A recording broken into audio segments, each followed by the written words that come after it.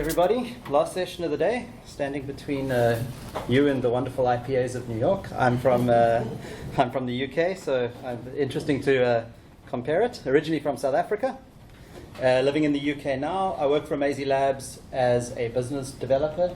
That means two things for us, both inward focused on looking at the business structures and the business and how we set the teams up and how teams interact, solving lots of problems and challenges, and then also a little bit of client sales stuff, so more, I guess, what business development means in the USA. So I do a bit of both. So setting a bit of context, I was a backend developer for many years, PHP developer, lots of Drupal experience. That's when I joined Amazing. I actually have very little hands-on experience, as in coding experience with GraphQL.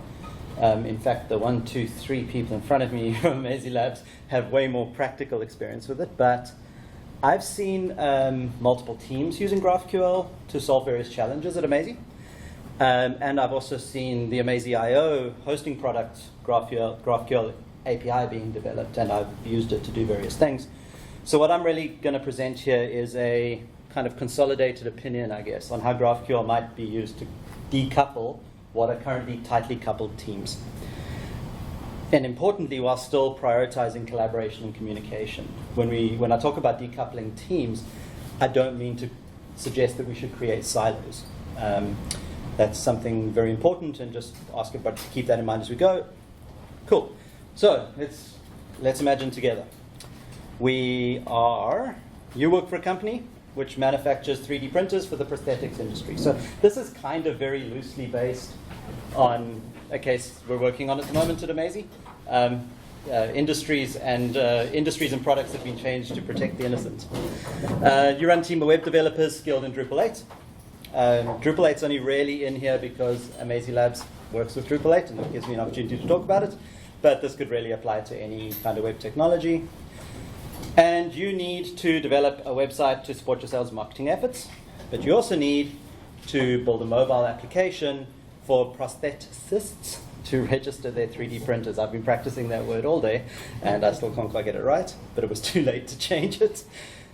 So what does your website need to do? You need to promote multiple detailed product lines. The data needs to be centrally managed. You want to manage the content in a central place. Your website needs to provide technical information on components for the various products. And you also want to help prostheticists to register their devices that they've bought, book their devices for services and repairs, and find and connect with dealers in the regions. These are just sort of standard product features that you would put on a website. You have some business constraints, or at least your operating environment. The reason I put this in here is because I don't want to I don't want to pitch this idea as solving things like making things cheaper, it's not that. This is really putting GraphQL as a technology in the center of stuff to make communication easier, make talking about data easier. So your budget is authorized. It's a very good world. And it's actually sufficient. So you're good on the budget side. Both the website and the mobile application need to launch at the same time. That's one of the constraints. So you've got to try and figure out how to move pretty efficiently and pretty quickly. You have a well thought out and understood user experience. So you've done all of the pre-planning stuff, as from the previous presentation. You've thought it through. You understand that part. You have a web team skilled Drupal 8. We've said that. And you've also contracted a trusted mobile application development team. So what the scenario that we find ourselves in is we want to build a website and a web application at the same time. We want to use the similar data. One of the teams is internal. One of the teams is contracted. That's the thing. So I think anybody with experience in this kind of thing is noticing communication is going to be key. So let's look at the web team first. So your team is made up kind of standard front-end developers and back-end developers. And critically for this example, and what the whole session is about, is you've got these all-rounders, 2 of them, but that's a random number I just picked, that have traditionally taken the responsibility of basically knowing everything. They know all the stuff. They know how everything fits together. They know the back end, and they're basically filling the gaps for the front enders what they don't know, filling in the blanks, and for the back enders what they don't quite understand how the front end is going to use it, they're filling the gaps. So you've got these people. But the all-rounder challenge, I call it. All-rounders often become gatekeepers, right? They become gatekeepers for conversations about new features and functionality. And when they're very, very busy, they start to become unavailable, which means one of the teams that need them, one part of the team that needs them can't necessarily carry on. So it can slow you down. In our example, the mobile app developers don't understand web. I've heard that a lot. And they need to be communicated with separately in a separate space, in a separate way. So the mobile app team needs access to the same people, the all-rounders, to get their data as the front-enders are waiting for. So you get this kind of funneling effect or blocking gatekeeping effect. So just to kind of recap, we have this web team, we have a mobile app team, and we want to kind of launch two things at the same time. That's the space we find ourselves. We also want to reduce the risk, the last point there, of the all-rounders. Let's see. Sorry, that might happen.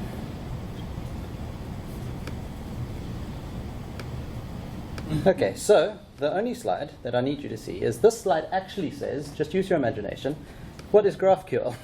So basically the slide that won't load is saying we have a potential solution to this is to put GraphQL in the center as a way of creating communication around data. So what is GraphQL? I'm going to talk about it quickly. As a matter of interest, who in the room, just show of hands, is using GraphQL in some way, shape, or form? Okay, cool. All right. And then in comparison, JSON API stuff. Okay, cool, awesome. So GraphQL is not a drop-in replacement for JSON or JSON APIs or any of those kind of things. It's kind of an augmentation on that. It's a query language and a runtime for APIs, which allows developers to ask for very specific data to be returned from a single endpoint. That's the most important thing.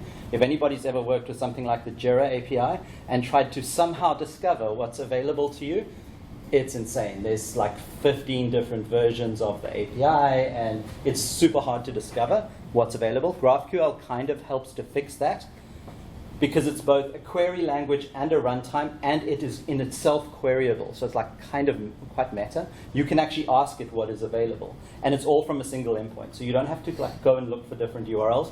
That's getting a bit technical, but basically for your team, it creates a super standardized way of talking about data and interacting with it.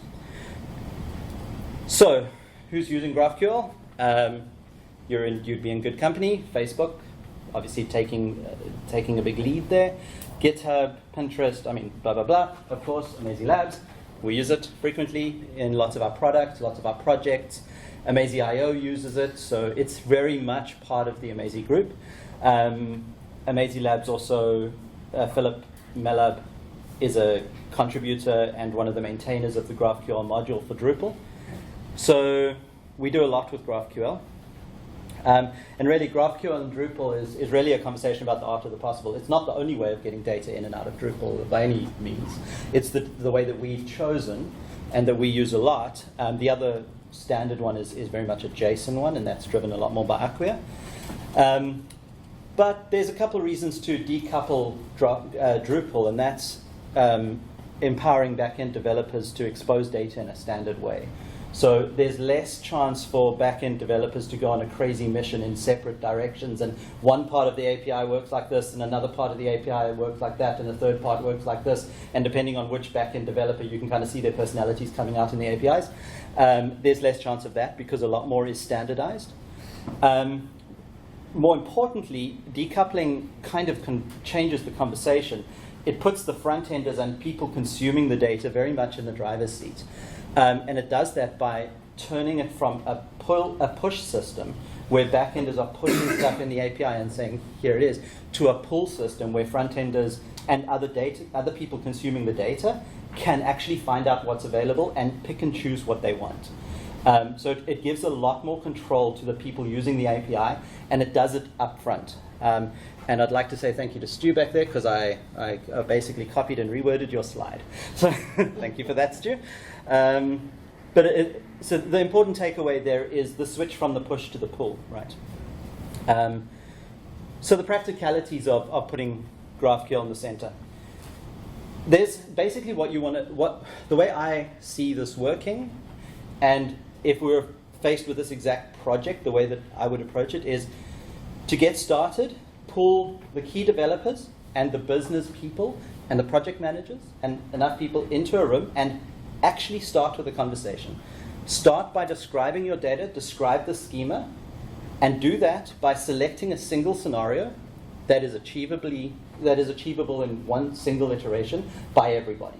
So find a single scenario that your mobile app can be implemented for your mobile app, for both your mobile app, your website, as well as backenders can create the actual live data, and build that. Talk about that one thing, describe the schema, and then go away and do it, basically.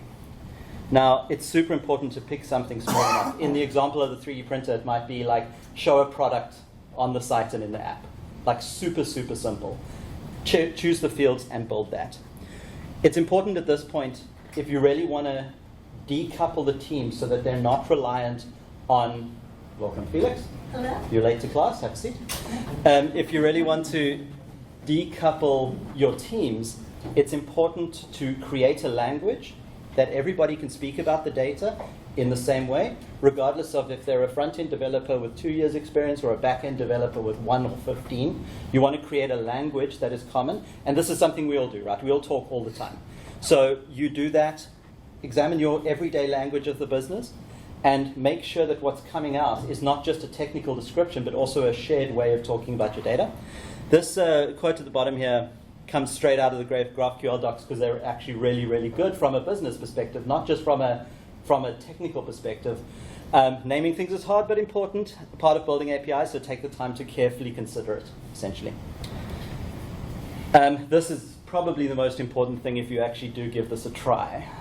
Don't try and model your whole business. It'll be super compelling to do it. Once you get into it'll be like, oh, we just go a little further, and you end up with a specifications document, which is not going to it's going to just be a ginormous waste of time.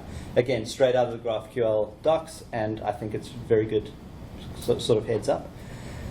So once you've agreed to the schema, then actually get to work. That's the whole idea here, is to move somewhat faster, right?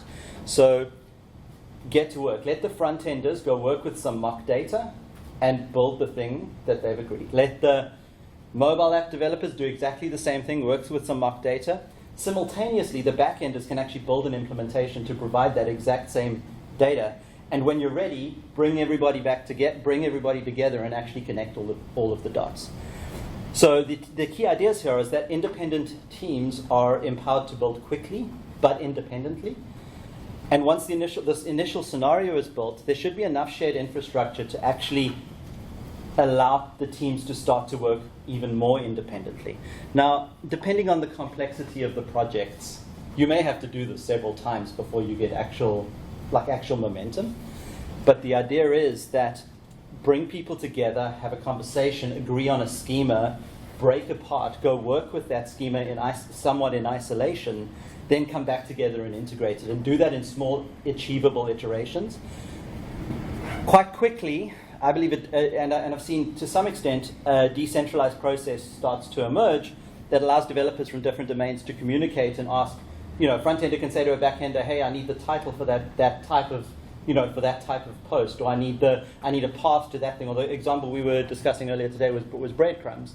Like, we need a title, and we need a path, and we need the parents, and we need the siblings.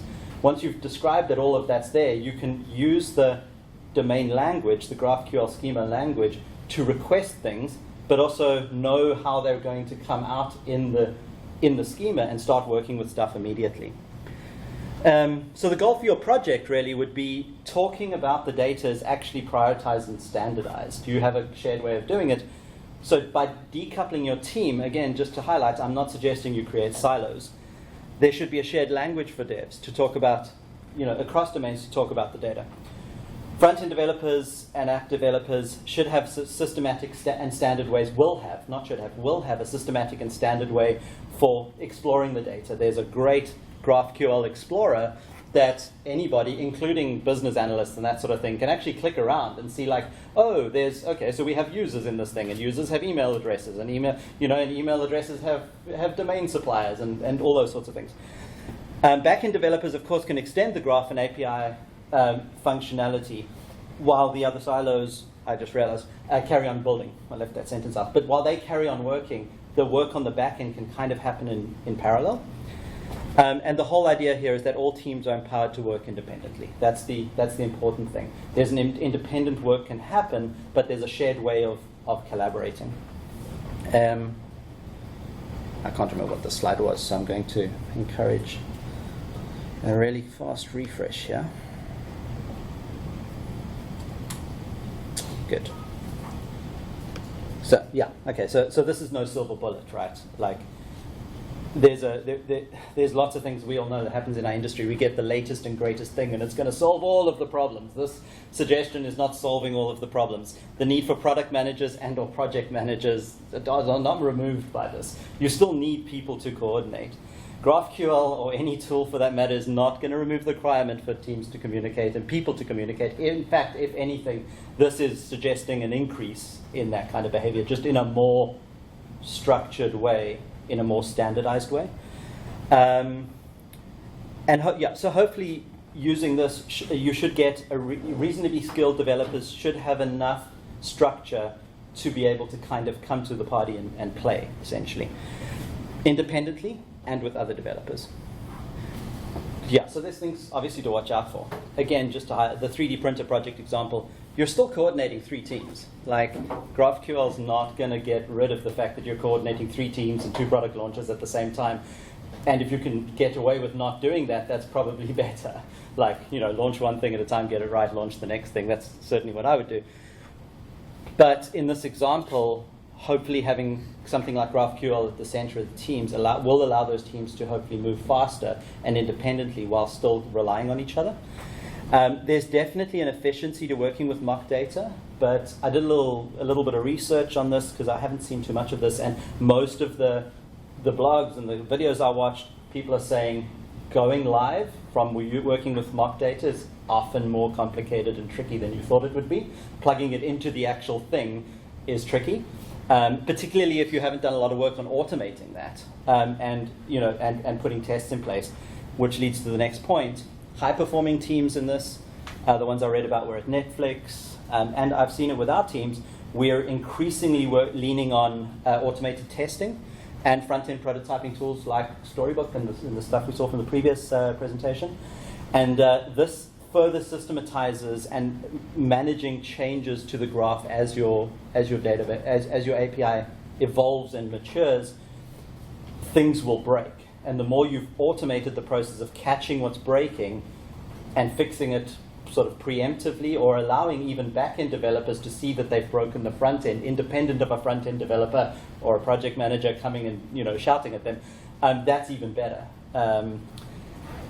And then there are lots of competing best practices on how to actually get started with the conversation around the data schema, the GraphQL schema.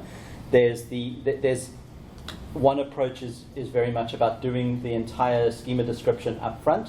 The other approach is putting the developers 100% in control and code the schema as you go and allow the front enders and the consumers to just kind of explore the API and see it develop. There's lots of cool stuff. There's some links at the end. I don't think either of them are better or worse, but there are competing best practices out there. The most important thing that you want to do here is just avoid gatekeepers and communicate more, not less. Again, we're not trying to build silos. There's a whole bunch of links. I don't know if those are useful, but there's lots of cool stuff out there. And yeah, not bad. Questions? This is, again, very much just an opinionated view on how GraphQL might be used to pull teams apart and do things. Yo. I can see how this works if you're adding to your schema. Yep. But what happens when schema needs to be items need to be retired? How does that work? Because you eventually want to get them out, probably, of your data source. And sure, certainly the 2 teams may not be able to continue to move in sync with each other. 100%. Yeah, I hadn't actually thought terribly much about that. I mean, I like I said, I haven't worked a lot with GraphQL. I would actually, if anyone in the team in the room knows more on how you would deal with the schema changing with things being removed, it's an interesting question. Yeah. We have the problem or the situation, and at the end, I think it's not any different than deprecating any other Yeah, API. that was what I was going to say. It's like you have deprecated APIs, The right? cool thing is that you don't have actual version numbers. So like, if you decide, or if, let's say, the backend team, or let's say the front-end team requires now not only the title, but also the subtitle. So you add that to the schema for all your other applications that have never heard of the term subtitle, because they don't request it, they don't even know that it's there. So adding stuff is super easy. That's actually all the idea of GraphQL. I don't see the problem with adding. Yes. Yeah. And so what you do is you want to remove, you need to monitor or somehow have some metrics around, okay, is that field still used? So you first want to gather data, okay, if I deprecated, what are the implications? Who's going to have to jump, or Correct. Yeah. or who are you going to have to wait on? Correct. And so then you can decide based on if it's a lot, then maybe you'd say, okay, I just keep them ongoing. So maybe the decision is then, okay, it's too hard, so I keep maintaining this. It would be one decision that we done, for example. So we use GraphQL internally at Amazee.io, and we decided that too many users are already using that. And so we keep backwards compatibility. Could be one, or you say, okay, no, it's actually deprecated, and then you can maybe start returning not correct data. You still return data, but you add into the data something in like this will be deprecated, so that the other applications don't break yet, but you hope that people realize that this API was going to go away soon, and then at one point you have to remove it. And I guess depending on, Amazee.io is a good, and contrasting what you're doing with GraphQL to maybe a team that is building something where the API is only consumed by, let's say, 2 applications. In that sense, your automated testing should catch it. So the way I would approach is that, okay, we want to remove this field, remove it, let the tests fail. If you've got a reasonable test coverage, you will know where you're losing, or where things are breaking, and then you can deal with those. So you could you come up with a plan to say, okay, we want to remove this field. There is these 7 parts of the application, or 7 consumers of the data that are still relying on it. First, put some processes in place to remove those, and keep working until you go from red to completely green. But that's in the perfect world where everything is under test coverage. Can I say something? Yeah. Like, we actually had this in my. You were on my presentation. Yes. So, like in the project that I actually presented, we had this where we actually had to change something to like a field to something completely different. So it was essentially adding something and removing something. And for me, that sort of thing is less about the technical approach and more just about the communication and the organisation approach that Brian has kind of covered. So making sure that, well, why is it being removed? So we speak to the stakeholders and they say, well, we no longer want to share this data publicly, or blah, blah, blah. Like, what are we replacing it with? And what parts of what apps are affected? And then you let that filter down through your project managers, product owners, to make sure that the teams know about that. And then for us, we remove the implementations of the field first, make sure that our tests were passing, and then remove the actual field. So it's like a more communication and hygiene thing than a technical approach. Okay. Does that make sense? Yes, it does. And then as a final thought, something I also read about, but I haven't actually seen this in the wild, because this all happens over HTTP, so it all happens over standard web connections. You can put proxies in between the actual graph to manipulate the data coming out the other side. So you could take it out of your API and do some clever filtering stuff and manipulate the data kind of in transit. I think it's Netflix is doing that for some reason, and I honestly can't remember why. But I thought that could be interesting as well. If you need to remove it, but you know this particular application is talking and it just needs this field to exist with a null value in it, you could catch the data and manipulate it and kind of pass it on. I don't think that's a great idea, but it's an idea that I saw. It's all spoken about. Any other questions, queries, comments? I think Yep. the only other thing, maybe, and this is the right place, is that I don't think we talk enough about security with GraphQL. Interesting. So maybe more a challenge question. Sure. Do you think that is that actually something that people think about? Because like having APIs is obviously really cool, and open data, all that stuff. But a GraphQL endpoint unleashes a lot of data at a very fast time, and also because the requester can actually define the structure.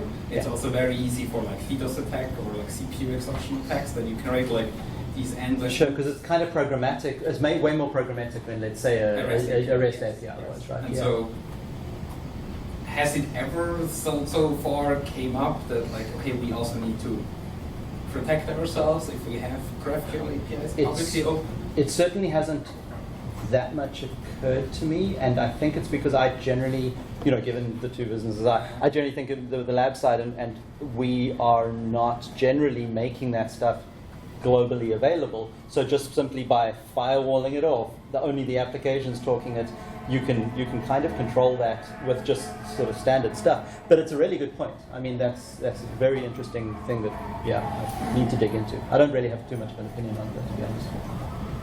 I mean, I'd be interested what's Maisie.io doing with this stuff.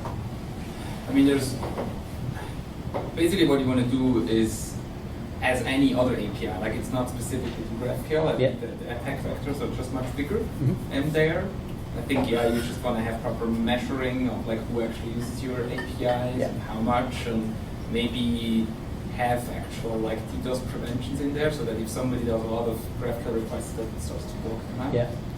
I think it's more like, I would more be interested, like if some of the bigger ones, like if they actually worry about it. It's nothing that I came across, but I mean, just kind of putting it back in the context of the talk, right? To my mind, in a data-sensitive environment, like if we were working with banking industry, or somewhere where there's a lot of personal data. In Europe, it's a huge topic at the moment, the whole GDPR thing.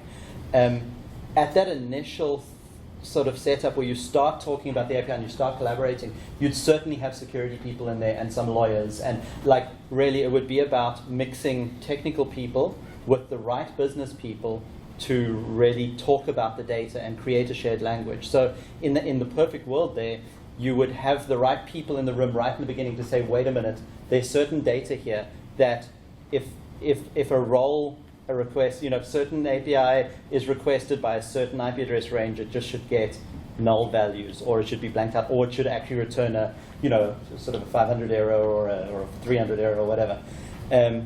So I think that's more in the space where GraphQL from the agency side, how we approach that. I didn't see anything about it in the big guys, really. And I think that is time. Thank you, Michael. You took us straight to the hour. That's very Swiss of you. Cool. Thank you, everybody, for coming.